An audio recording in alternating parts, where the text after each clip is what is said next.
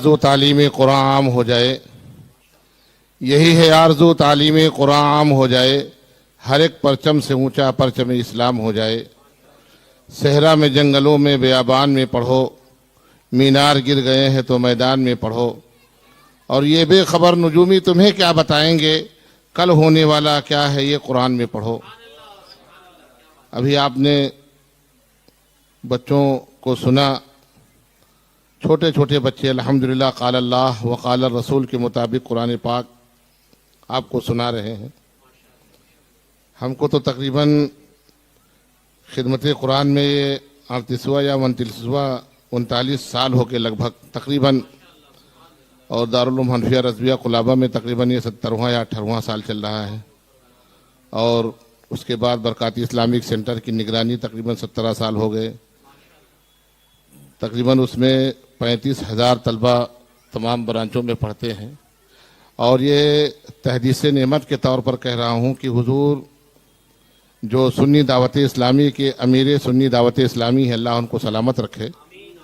میں نے ان کے ساتھ کئی مرتبہ سفر کیا ہے، میں نے قاری مہتاب صاحب سے بتایا بھی کہ شاید باید کئی ہزار یا لاکھوں میں شاید کوئی ملے ان جیسا آدمی، نہ غیبت نہ کسی کی کوئی بات سنتے ہیں۔ آج کل یہ وبا بالکل عام ہے، بلکہ ان کے سامنے کوئی بات ہوتی ہے تو وہ منع فرما دیتے ہیں۔ ابھی علی جناب محترم رضوان بھائی کے ذریعے 18 فروری کا ایک پروگرام تھا، ہم لوگوں نے اپنے یوپی قاری گلزار صاحب ہم لوگ مطلب وہاں کے لیے کئی گھنٹے بیٹھے تھے۔ ایک صاحب، میں نام نہیں لینا چاہتا، وہ ادھر ادھر کی کرنے لگے، حضرت نے کہا ایسا اس کو منع کر دیجئے۔ مطلب یہ کہ جو وہ کہتے ہیں وہ الحمدللہ وہ کرتے ہیں، اور ان کے خلوص کی یہ برکت ہے کہ آج میں تو باہر بہت کم گیا ہوں، ہندوستان میں جگہ جگہ ان کے قدموں کی برکت اور ان کا کام نظر آ رہا ہے۔ ابھی میں بسوا کلیان پور گیا، ایک لڑکا جو رضوان بھائی کے نعت سن سن کے وہ آرکیسٹرا میں گانا گاتا تھا، وہ اس نے چھوڑ دیا۔ تو اللہ تعالی ہم سب کو کام کرنے کی توفیق عطا فرمائے۔ قاری مہتاب صاحب نے بار بار وقت کی قلت کا ہم سے مطلب فرمایا ہے، تو میں زیادہ وقت بھی نہیں لینا چاہتا، اور میں کوئی عالم دین ہوں نہیں، بس یہ کہہ لیجیے اللہ تعالیٰ کام لے رہا ہے۔ قرآن پاک جیسے آپ نماز پڑھتے ہیں، نماز کا پڑھنا فرض عین ہے، ویسے قرآن کو تجوید کے ساتھ بھی پڑھنا فرض عین ہے۔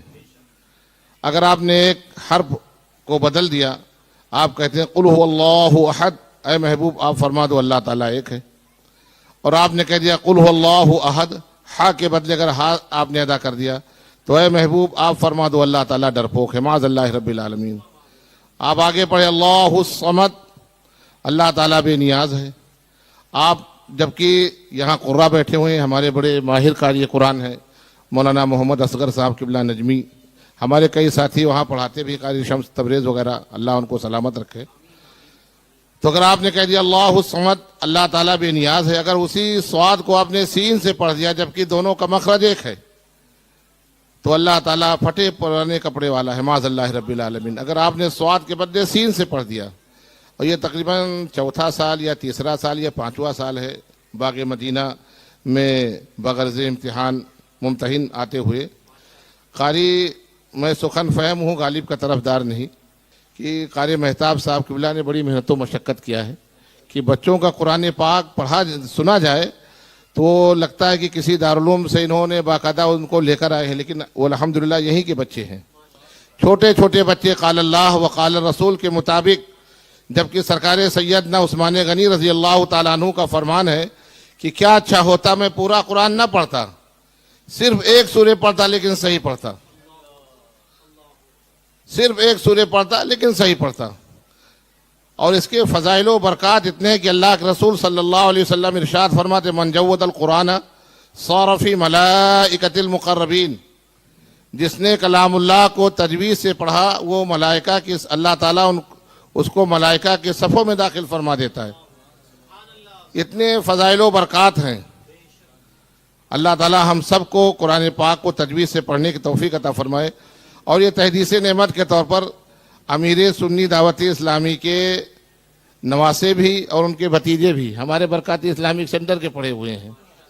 محمد حسان شاید وہ بیونڈی چلے گئے، اور ایک ان کے بھتیجے کیلاش اپارٹمنٹ میں رہتے ہیں، ابھی کل پرسوں وہ بچہ ملا، بہت نیک ہے، اللہ کہتے ہیں نا جہاں جس کا جیسا ماحول ہوتا ہے.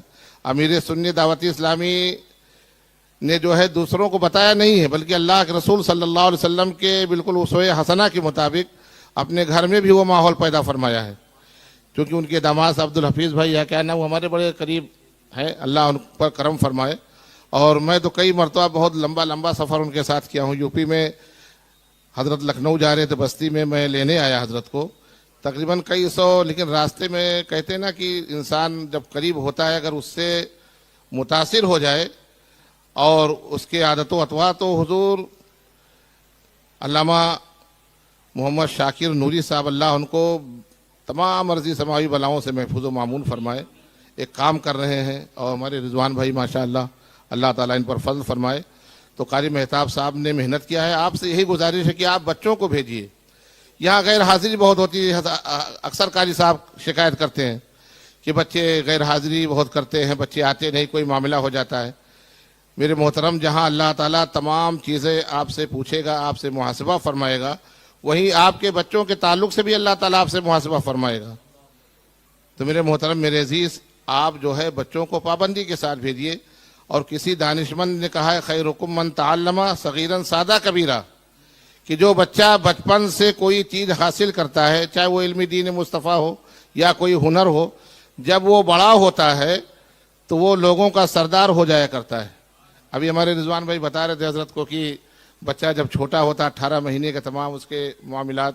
اور امام غزالی رحمۃ اللہ تعالیٰ علیہ نے جو توحید کے اقسام بیان فرمائے ہیں کہ توحید کی 3 قسمیں ہیں: توحید متکلمانہ، توحید عامیانہ اور توحید عارفانہ. لیکن سب سے بہتر توحید جو آپ نے فرمایا ہے کہ وہ توحید متکلمانہ جب بچہ چھوٹا ہوتا ہے. ابھی ہم لوگ اپنے سینٹر میں جاتے، تقریباً یہاں 75-80 برانچیں یہاں بمبئی میں ہیں، وشاکھاپٹنم یو پی وغیرہ میں. چھوٹے بچے سے پوچھا جائے بیٹا تم کو کس نے پیدا کیا، تو وہ بچہ بتاتا ہے ہماری ممی یا ڈیڈی نے.